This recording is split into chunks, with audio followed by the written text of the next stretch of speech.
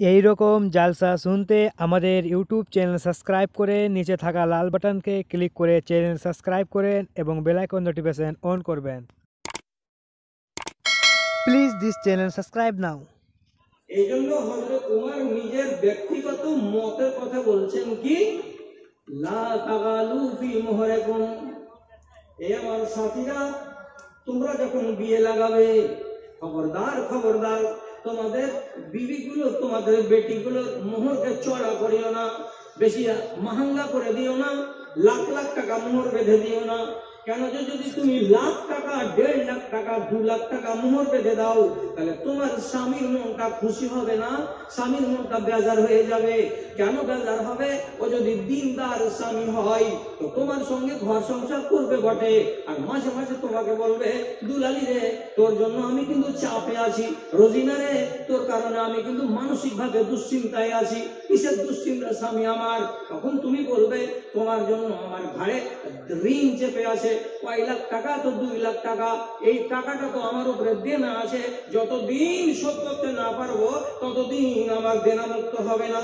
এই জন্য স্বামী যখন দেনার দায়ে ডুবে থাকবে তখন তার মনটা খারাপ হবে এবং নিজের বিবির উপরে তার খানিকটা ওয়ানিহা তৈরি হয়ে যাবে। তোর কারণে আমি 2 লাখ টাকার মহাজন, তোর কারণে আমি 2 লাখ টাকার দেনাদার। এই জন্য হযরত ওমর বলছেন, বেশি বেশি করে মোহর বাঁধবে না, কম করে মোহর বানাবে, এমন টাকা বানাবে যেই টাকাটা তোমার স্বামী ঠিক ঠিক করে আদায় করে দিতে পারে, তাহলেই এটা ঠিক হবে। আর অন্যায় হবে বেশি লম্বা চওড়া মোহর বাঁধা ঠিক হবে না। আপনারা কত বলছেন? 50,000 টাকা মোহর, তারপরে দিলেন কতটি? তো বলি সাহেব বিয়ে পড়াবার করে বলছে 16 মাইলের আব্দুল বাসাদের বেটি মুসাম্মদ রোজিনা খাতুনকে 50,000 টাকা ধার্য মোহর, তার ভিতরে 50 টাকা নগদ, অবশিষ্ট 49,950 টাকা বাকি রাখে তুমি তাকে স্ত্রী বলে কবুল করলে। তো করলে এর মুখ থেকে বাহির হয় না, তার আগে পটল পড়া হয়ে গেছে। 50 টাকাতে বহু পাবো, তোমার কবুল করলে তো দেরি করবো না। 50 টাকাতে বিয়ে হয়ে গেল, বাকি 49,950 টাকা কবে শোধ হবে? কবে শোধ হবে ব্যাপারে শেরশাবাদ জাতির শতকরা 90টা লোকের হাল কি? সারের দোকানে যদি সার নিয়ে হাইলি চাষকে উঠিয়ে দেয়, ধান মারা হয়ে যায়, তার 15 দিন পরে দোকানদার একটা হাল খাতার কার্ড পাঠিয়ে বলে, সুলাইমান ভাই, আপনার এখন আমার দোকানে বকেয়া হয়েছে 11,950 টাকা, তো 23 তারিখের দিন আসিয়া শুভ হাল খাতা করিয়া মিষ্টি খাইয়া এখান থেকে যাইবেন। হাল খাতার কার্ড আসছে, আপনাকে টাকা দিয়ে আসতে হচ্ছে, কেন যে বাকি খেয়ে রেখেছি। আর বাড়িওয়ালিকে 49,950 টাকা বাকি রেখে 3টা ছেলে উপজে দিয়েছি, আর একটা ছেলে হব করছে, এখন পর্যন্ত দেনা যেটা বাকি আছে ঘাড়ে দেওয়ার নাম নেই। হাল খাতা খুঁজে না হবে না, হাল খাতা নাই। এবার কতদিন বাকি রাখবে?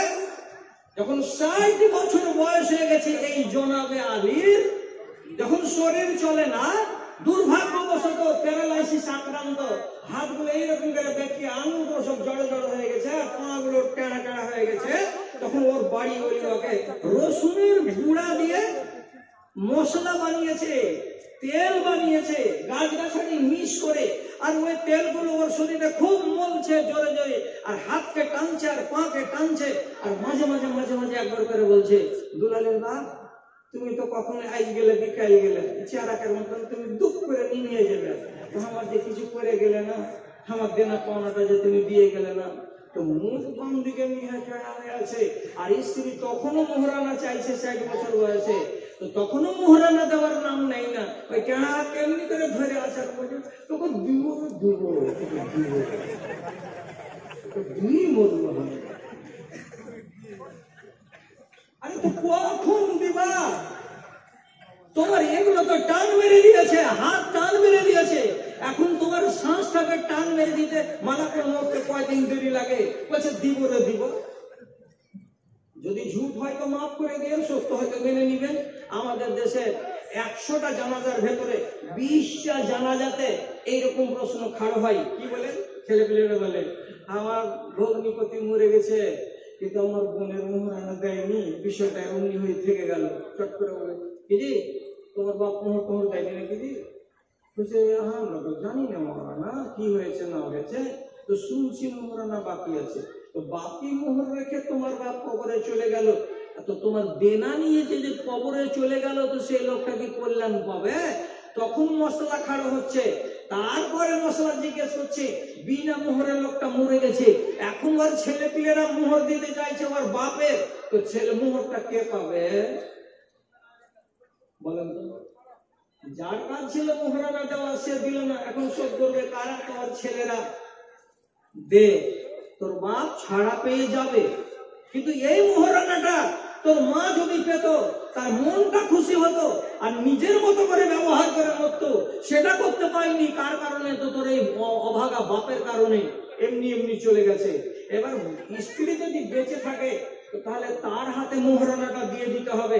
আর স্ত্রী যদি মরে যায় আর বাপ বেঁচে থেকে যায় আর বেচারি বিনা মোহরে কবরে চলে যায়, তাহলে ওর মোহরানাটা যেটা ওর ছেলে আর মেয়ে বেঁচে আছে মিরাস অনুযায়ী তার ছেলে আর তার মেয়েদের মাঝে ভাগ করে দিতে হবে। আমাদের দেশে তো মোহর দেওয়ার নিয়মই উঠে গেল, আর তার ভেতরে 90টা লোক কোন তালে কবে কখন নিজের বাড়িওয়ালির হাত ধরে মোহরকে মাফ করে নিয়েছে। হাত ধরে খালি বললে যে হলো যে এতটি টাকা ঘাড়ে আছে, একদিন কি থাকলি, তোকে সুখে রাখলাম, তাহলে কখন মরে যাবো আর ওপরে দাবি করেছিলাম। তো বেটি ছেলে যাক, অবলা সরলা যাক, স্বামীর উপরে মনে করে বলছে যাও তোমাকে মাফ করে দিলাম। 80টা লোক মাপ নিয়ে নিচ্ছে, অথচ আল্লাহর কোরআন কি বলছে? ওয়ালা তানসাউল ফাদলা বাইনাকুম। রে শুনো, তুমি হলে দাতা আর তোমার বাড়িওয়ালি হলো গ্রহিতা। গ্রহিতা যে হবে তার হাতখানা নিচে হবে, আর যে দাতা হবে তার হাতখানা উপর দিকে হবে। এই বেকুব ইনসান 12 থেকে 15,000 টাকা মোহরানা আছে, সেটাকে মাফ করাবার জন্য তোমার বাড়িওয়ালির সামনে তুমি স্বামী হয়ে হাতটা যদি তোমার উপর দিকে থাকতো, তোমার উপর হাতখানাকে নিচু দিকে করতে যাও না। যদি এটা করে দাও হারাম নয়, কিন্তু তোমার ইজ্জতের খেলাফ কথা। নিজের ইজ্জতকে বিক্রি করতে যাও না। কার কাছে? তো বিবির কাছে। তুমি মোহরানা মাপ চাইতে যাও না। জি, কিন্তু আপনি সুযোগ কি হাতছাড়া করবেন? এইবার আসি, মোহরানা কতটি করতে হবে? 16 মাইলের লোক আপনারা, মাঝারি মধ্যবিত্ত শ্রেণীর লোক, আপনাদের মোহর কতটি হওয়া উচিত?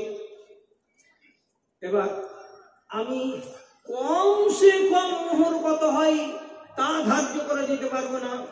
বেশি থেকে বেশি কত মোহর হতে পারে তা আমি ধার্য করে দিতে পারবো না। কেন যে দুনিয়ার কোন আলেম বেশি থেকে বেশি কত হতে পারে তিনি ধার্য করে দেননি, এবং কম থেকে কম কত হতে পারে সেটা আল্লাহ রাসূল নিজে প্রমাণ করে দেননি। অবস্থা দেখে ব্যবস্থা করুন, সোজা বাংলা। উদাহরণ কি দেব? হাদিসের দিকে নজর লাগান। রাসূল মদিনার মসজিদে বসে বসে ওয়াজ চালাচ্ছেন, এমন সময় একটা মেয়ে ছেলে এলো, মুখটাকে ঢেকে পর্দা করে এসে রসুলের কাছে এসে বলছে কথাটা কি, ওয়াহাবতু লাকা নাফসি ইয়া রাসূলুল্লাহ, হে আল্লাহ পাকের রাসূল, আমি আমার জান, আমি আমার দেহ, আমি আমার হাত পা, আমি আমার মন আপনাকে দান করে দিলাম, আপনাকে দান করে দিলাম। কেউ যদি আপনাকে একটা কলম দান করে দেয় তো আপনার হয়ে যায়, বাড়ি নিয়ে যান। কেউ যদি একটা গরু দান করে তো আপনার হয়ে যায়, বাড়ি নিয়ে চলে যান। ওকে পুষেন কিংবা জবাই করে খেয়ে নেন, আপনি মালিক হয়ে গেলেন। ঠিক তেমনি নবীজিকে বলছে, এ আল্লাহ পাকের রাসূল, আমি আমার জানটা, আমি আমার দেহটা, আমি আমার যৌবনটা আপনাকে দান করে দিলাম, আপনি আমাকে গ্রহণ করে নিন। রসুল যদি বলেন গ্রহণ করে নিলাম, তাহলে রসুলের বাড়ি চলে যাবে, দান। রসুল তাকে ব্যবহার করতে পারবেন, যায়। রসুল তার সঙ্গে সাংসারিক জীবন পাততে পারবেন, যায়। কিন্তু রসুল 2-3 মিনিট একটু এদিক একটু ওদিক দেখে ভাবনা চিন্তা করার পরে বলছেন, আমি দান নিব না রে বাবা, আমার দানের দরকার নাই। যখন দানটা রসুল নিতে রাজি হলেন না, তখন ওই মজলিসের এক কোণা থেকে পট করে একটা লোক খাড়া হয়ে বলছে, আতেনিহা ইল্লাম তাকুন লাকা হাজাতুন বিহা, এ আল্লাহর রাসূল, আপনার যদি দরকার না থাকে তো আপনি আমাকে দিয়ে দেন, আমার দরকার আছে। রসূল বলছেন, শোন, আম্বিয়াদের জন্য বিধান আছে যে কেউ দান করতে গেলে তিনি কবুল করলে কবুল হয়ে যাবে, কিন্তু জনসাধারণের জন্য এটা কারণ নয়। তুমি যদি এই মেয়ে ছেলেটার প্রয়োজন মনে করো, তাহলে তোমাকে বিনিময় দিয়ে তাকে বিয়ে করতে হবে, যার নাম হলো মোহরানা। অতএব তোমাকে মোহর দিয়ে মেয়েটিকে বিয়ে করতে হবে। তখন লোকটি বলছে, জি মোহর দিতে হবে না। বলছে, আমি কি রসুল, আমার তো তেমন কিছু নাই। তো শেষের বেলায় ওর ভারী একটা গামছা ছিল, চাদর ছিল, চাদরখানার দিকে দেখে বলছে, এই চাদরখানা আমি ওকে দিয়ে দিব, এই চাদরের বিনিময়ে একে আমি বিয়ে করে নিব। তখন রাসূল বলছেন, এই চাদরখানা যদি দিয়ে দাও, জোহরের আযান পড়বে, তখন নামাজ পড়বে কি গায়ে দিয়ে?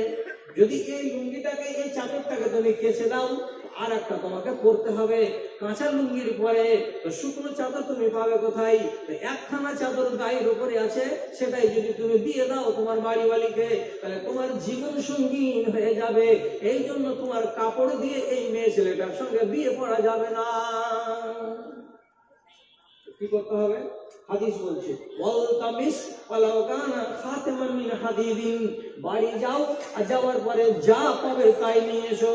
খুঁজতে খুঁজতে খুঁজতে খুঁজতে একটা লোহার আংটি যদি পাওয়া যায়, একটা লোহার আংটি, এটাই যদি তুমি পাও, ওটাকে হাতে করে আসো, আমি ওটাকেই তোমার জন্য মোহরানা বানাবো, আর বানিয়ে মেয়ে ছেলেটির সঙ্গে তোমার বিয়ে লাগাবো।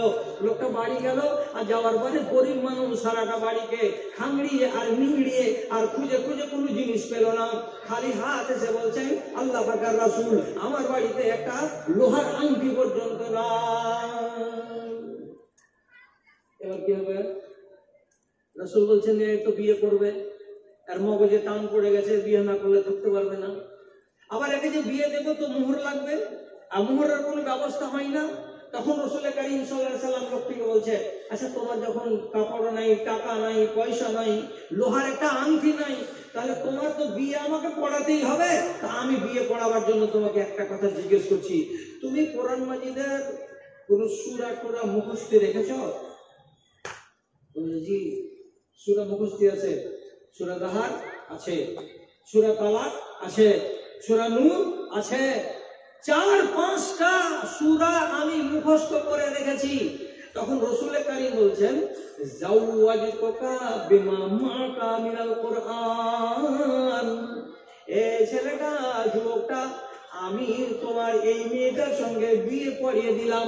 মোহরানা কি বানালাম? যেই সূরা কয়টা তুমি জানো, সেই সূরা কয়টা বাড়ি গিয়ে তোমার বাড়িওয়ালিকে 3 দিনে হয়, 4 দিনে হয়, 5 দিনে হয়, 1 সপ্তাহে হয়, এই সূরা কয়টা তুমি তাকে পড়ে পড়ে পড়ে পড়ে পড়ে পড়ে সব কিছু শিখিয়ে দেবে, মুখস্থ করে নেবে। তাহলে তুমি যে একটা মেয়েকে 4 পারা, 1 পারা, 1.5 পারা কিংবা 8 পারা কোরআন তুমি মুখস্থ করিয়ে দেবে, তুমি তার তালিমের ব্যবস্থা করে দেবে, এইটাই তোমার বিনিময় করে দেওয়া হলো। আর এর বিনিময়ে তোমার বিবাহ আমি মেয়েটার সঙ্গে লাগিয়ে দিলাম। তাহলে কত সস্তা মোহর হলো? 4টা সূরা যদি একটা মেয়েকে কেউ শিখাতে যায়, আমাদের দেশেরই কথা বলি, তো মেয়েটাকে 4টা সূরা শিখাতে গেলে কয়টা টাকা আপনি মজুরি দিবেন? মৌলবীটাকে 200 টাকা, 250 টাকা, 300 টাকা, কত দিবেন? একটা মাসের প্রাইভেটের টাকা যদি দেন তো 200 টাকা দিলেন, তাহলে 200 টাকার ভ্যালুয়েশন হলো, আর এর বিনিময়ে আল্লাহ পাকের রাসূল মেয়েটির সঙ্গে তার বিয়ে লাগিয়ে দিলেন। তাহলে বুঝতে পারা গেল, কম সে কম যদি মোহর করা যায়, তো একটা হাতে যদি চাঁদির আংটি দিয়ে আপনি কোনো মেয়েকে বিয়ে করেন, আর সে যদি রাজি হয়, তাহলে বিয়ে করা যায়। আর যদি বলেন না নিয়ম অনুযায়ী বিয়ে করব, তো তাহলে নিয়ম অনুযায়ী যদি বিয়ে করতে চান, তাহলে রাসূলের সুন্নাত অনুযায়ী বিয়ে করতে গেলে আপনাকে খোলাখুলি কথা বলছি, হযরতে উমর রাদিয়াল্লাহু তাআলা আনহু বলছেন, বেশি করে মোহর বাঁধাটা দুনিয়াতে সম্মানের পরিচয় নয়, আখিরাতে পরহেজগারির পরিচয় নয়। অতএব যদি এটা সম্মানের কাজ হতো, তাহলে আল্লাহর নবী রাহমাতুল আলামিন তিনি নিজের বেটির এবং বাড়িওয়ালিদের মোহরানা অনেক বেশি বেশি করে বাঁধতেন, কিন্তু আল্লাহ রাসূল নিজের বাড়িওয়ালিদের মোহরানা বেশি বেশি করে বাঁধেননি। কতটি বেঁধেছেন? সহিহ হাদিস আবু দাউদ, তিনি মোহর বেঁধেছেন ইসনা আশারা উকিয়াতান ওয়া নুশা। আল্লাহ পাকের রাসূল নিজের বিবিদেরকে বিয়ে করেছিলেন কততে? তো 12.5 উকিয়া চাঁদিতে। 12.5 উকিয়া কাকে বলা হয়? উকিয়া হলো 40 দিরহাম। তাহলে 12 কত হলো? 4 × 12 = 480, আর আধা উকিয়া মানে 20, 500 দিরহাম দিয়ে নবীজি তার বিবিগুলোকে বিয়ে করেছিলেন। সব কটা বিবি, একটা বাড়িওয়ালিকে বাদ দিয়ে বেশিরভাগ বাড়িওয়ালির মোহরানা কত ছিল? তো 500 দিরহাম, 500 দিরহাম, 500 দিরহাম। দিরহাম কত দিতে হয়? 500 টাকা। কান করে শুনেলেন, 1 কেজি 487 গ্রাম চাঁদি দিয়ে নবীজি তার এক একটা বিবিকে দিয়েছিলেন, দিয়ে বিয়ে করেছিলেন। আয়েশার মোহর কত? যদি চাঁদিতে বলেন কত? 1 কেজি 487 গ্রাম চাঁদি। যদি টাকাতে করেন তাহলে কোন হুঁশিয়ার লোক আছেন বর্তমান বাজারে 1 কিলো চাঁদির দাম কত? কাউরি জানা আছে? কাউরি আন্দাজ আছে 1 কিলো চাঁদির দাম কত? আপনাকে আজকের রেট বলছি, 1 কিলো চাঁদির দাম হলো 68,000 টাকা। তাহলে যদি কি হয়, 1 কেজি 487 গ্রাম মানে কি 1.5 কেজি হয়ে গেল। তো 1.5 কেজি চাঁদি হলো মোহরানা নবীজি, তার মানে হলো 90,000 টাকা। 90,000 টাকা, 90,000 টাকা হলো নবীর বাড়িওয়ালিদের মোহরানা। অতএব এটা সব থেকে ভালো। বর্তমান জামানায় আপনারা বিয়ে দেবেন, বিয়ে করবেন, তাহলে আপনাদের মোহরানা কত হওয়া উচিত? নবীর সুন্নতি তরিকা অনুযায়ী মোটামুটি 90, 1 লাখ, 1,20,000 এর মাঝখানে মোহরানা হওয়াটা উচিত। সুন্দর কথা। তবে আল্লাহ পাকের রাসূলের একটা বাড়িওয়ালির নাম হলো উম্মে হাবিবা। কি নাম? উম্মে হাবিবা। এই মেয়ে ছেলেটি হিজরত করে চলে গেছিল হাবাসা, মক্কা থেকে। ওইখানে গিয়ে তার স্বামী মরে গেল। মেয়ে ছেলেটি আবু সুফিয়ানের বেটি, নেতার বেটি, বড় সম্ভ্রমশালী লোকের বেটি। এই মেয়েটি বিয়ে কোথায় হবে? লাওয়ারেস হয়ে আছে। রাসূল প্রস্তাব পাঠিয়েছিলেন, আমার নতুন উম্মতি এরা এবং মুসলিমেও উম্মতি, এ যদি লাওয়ারেস হয়ে যায় আর এত বড় বংশের আর বড় নেতার বেটি, তো তাহলে একে এইভাবে লাওয়ারেস ছাড়া যায় না। রাসূল বলেছিলেন আমার সঙ্গে বিয়ে লাগিয়ে দাও। আল্লাহ রাসূল দূত পাঠালেন, উকিল পাঠালেন, আর সেই উকিল গিয়ে আল্লাহ পাকে নাজ্জাশী বাদশাকে গিয়ে বললেন, উম্মে হাবিবা আপনার এইখানে আছে একটা মেয়ে ছেলে মুসলমান, তার স্বামী মারা গেছে, আল্লাহ রাসূল বিয়ে করতে রাজি আছেন, আপনি এর বিয়ে আল্লাহ রাসূলের সাথে লাগিয়ে দেন। উকিল হাজির। নাজ্জাশী বাদশা তার নিজের কাজের মেয়েকে উম্মে হাবিবার কাছে পাঠিয়ে বললেন, তুমি বিয়ে করবে, আল্লাহ রাসূল তোমাকে বিয়ে করার জন্য আমার কাছে প্রস্তাব পাঠিয়েছেন। উম্মে হাবিবা বললেন আমি রাজি আছি। রাসূল থাকলেন মদিনায়, আর উম্মে হাবিবা আছেন ওইখান থেকে প্লেনে যদি যায় তো পরে 2 ঘন্টা লাগবে এত দূরে একটা শহরে। সেই শহরটার নাম হচ্ছে আদিস আবাবা। ওই শহরের মেয়েটির সঙ্গে কে বিয়ে লাগালেন? নাজ্জাশী বাদশা। কত টাকা মোহর হলো? 400 দিনার হলো। আগে বলেছিলাম দিরহাম, এবার কি বলছি? দিনার। 400 দিনার। এর মানে হলো এই দিনার হলো সোনার তৈরি করা মুদ্রা।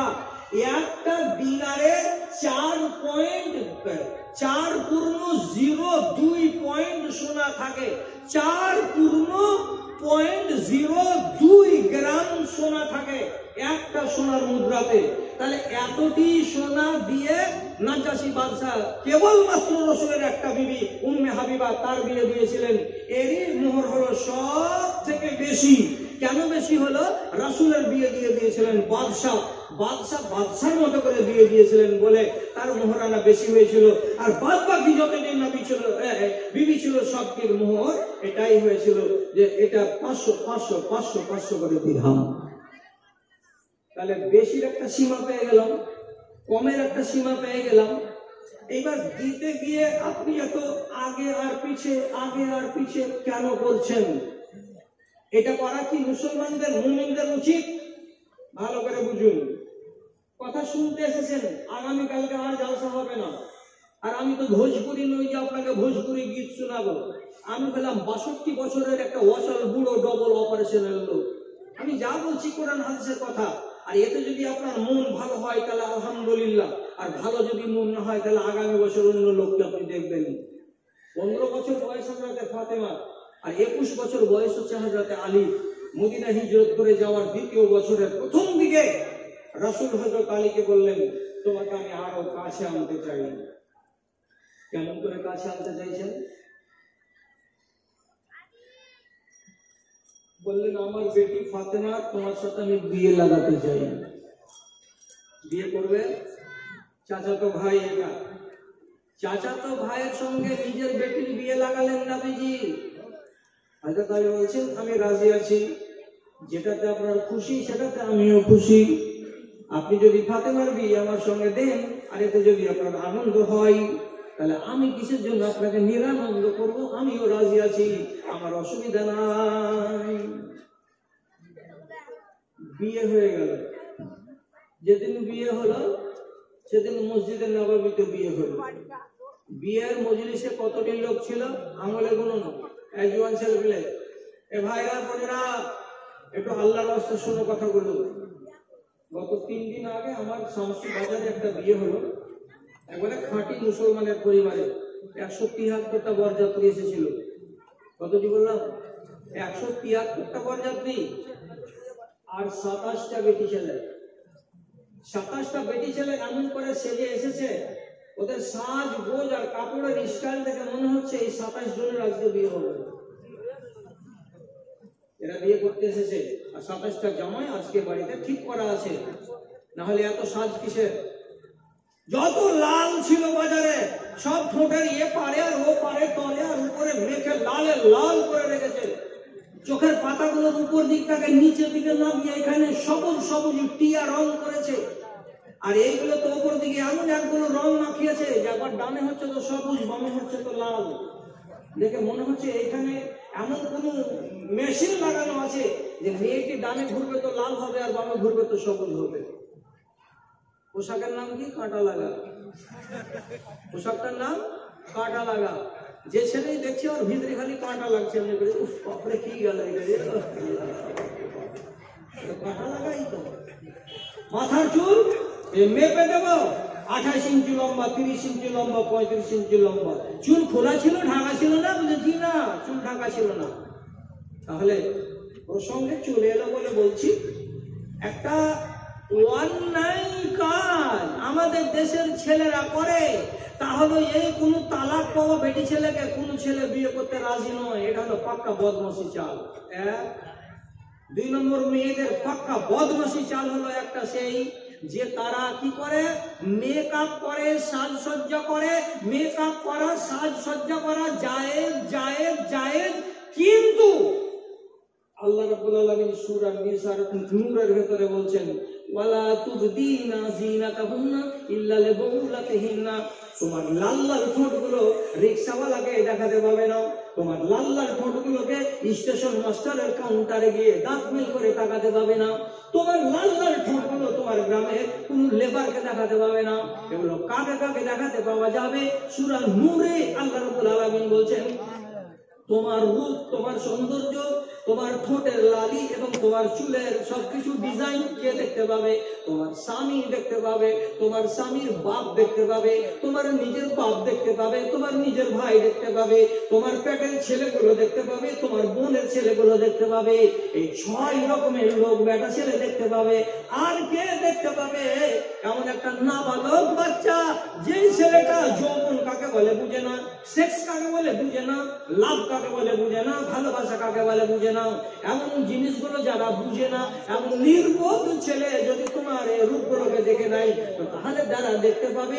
এছাড়া 6 প্রকারের মানুষকে বাদ দিয়ে কোন দুনিয়ার মানুষকে তোমার রূপ, তোমার সৌন্দর্য, তোমার ঠোঁটের রং, তোমার মাথার ডিজাইন, তোমার চুলের ডিজাইন কাউকে দেখানো যায় নয়। আর যদি যদি আল্লাহর কোরআনের অমান্য করো, তাহলে তোমরা রসাতলে যাবে। এদিক ছাড়ো, যেটা আমার বিষয়, আমি আমার বিষয়ের উপরে বলি। হযরতে আলী রাদিয়াল্লাহু তাআলা বিয়ে করে নিলেন। 7 দিন পরে নিজের শ্বশুর নবী মুহাম্মদকে যে বলছে, ইবনে বি ফাতেমা, আপনারা যা কথা বলবেন, শ্বশুরকে যে বলছে, আল্লাহ পাকের রাসূল আপনি আমার শ্বশুর হলেন, আপনার বেটিকে বিদায় করে দেন, আমি আপনার মেয়েকে আমার বাড়ি নিয়ে যাব, আর বাড়ি নিয়ে গিয়ে আমি সংসার পাতাবো, আমি তার সঙ্গে দেখা করব, আমি তার সঙ্গে মধুর মিলনে জড়াবো। এই জন্য আপনাকে বলছি, আপনি আপনার বেটিটাকে আমার হাতে তুলে দেন, বিদায় করে দেন। শ্বশুরের কাছে বেটি বিদায় চাওয়াটাই খুব লজ্জার নয়? তুমি বিয়ে দিয়েছো তো বেটি বিদায় দেবে না? তোমার বাড়িতে থাকবে বেটি?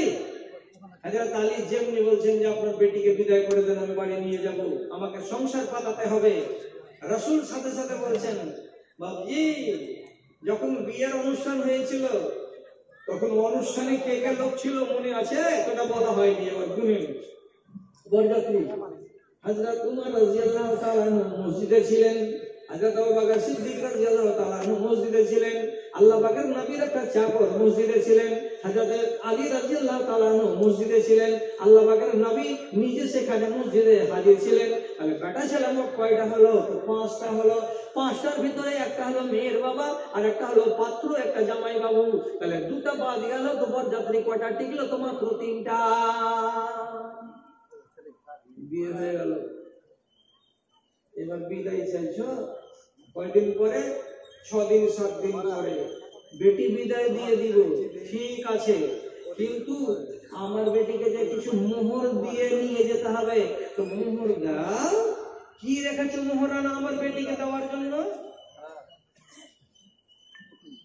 মোহরের নাম শুনে হযরত আলী খালি এমনি করে বগল চুলকেছে, পোখা চুলকেছে। এটা কোন কথা বলবে? এটা করার মানে কি? খেয়াল করুন কথার দিকে, একটা ফালতু কথা শুনবেন না আপনি। আল্লাহ রাসূল যখন মক্কাতে ছিলেন, যখন মুসলমান দুনিয়াতে একটা একটা করে হতে লাগলো, তখন তিনি একদিন আবু তালেবের কাছে যে বলেছিলেন, চাচাজি তুমি গরিব মানুষ, আলী তোমার বেটা, তুমি খরচ চালাতে পারবে না, তুমি আমাকে দিয়ে দাও, আলীর খরচ আমি বহন করবো। 13 বছরের মক্কার জিন্দেগানিতে লুঙ্গি, জামা, স্যান্ডেল, চপ্পল, তেল, সোডা, সাবুন সব রাসূল দিয়েছেন। 13 বছর ধরে রাসূলের টাকায় পালিত হলো। তার নাম কি? হযরত আলী। মদিনা আসার 1 বছর পরে যখন বিয়ে লাগলো, তখন তো খরচগুলো কে দিচ্ছেন? তো আল্লাহ পাকের রাসূল। তো যে রাসূল এই আলীর জুতা, স্যান্ডেল, চপ্পল, গেঞ্জি, লুঙ্গি সবই দিয়ে এসেছেন, আজকে যদি বিয়ে দিলেন, তো মোহরানার কথা বলতে গেলে তার মগজ ঘুরবে না কেন? আমি মোহরানা কোথায় পাবো? আমার কাছে তো মোহরানা নাই। রাসূল বলছেন, মোহর না হতে গেলে বেটি কি করে বিদায় দেব? শেষ পর্যন্ত বলছে নাই নাই নাই নাই। তখন আল্লাহ রাসূল সোজা সোজা আরবিতে তাকে বলছেন, হা আতে হা আল হুতাইমিয়াতা, আলী তোমার বাড়িতে একটা লোহার জেরা আছে, লোহার বর্ম আছে, যেই পোশাকটা গায়ে দিয়ে মিলিটারিরা যুদ্ধের ময়দানে নেমে যায়, জাল জাল জাল জাল করে তৈরি করা হয় লোহার সুতা দিয়ে। আর এটা গায়ে দিয়ে যদি মিলিটারি ময়দানে নামে, তো কেউ যদি তরবারি চালিয়ে দেয় তো গা কাটবে না। এই জন্য এই পোশাকটা গায়ে দিয়ে মিলিটারিরা যুদ্ধের ময়দানে যায়, তার নাম হলো লোহার বর্ম। এই বর্মটাকে যদি বাজারে কিনতে পাওয়া যায়, বিক্রি করতে পাওয়া যায়, তাহলে 2 থেকে 300 দিরহাম তার দাম লাগবে। আমার জামাই আলী, তোমার যদি টাকা না থাকে, তোমার যদি জামা কাপড় না থাকে,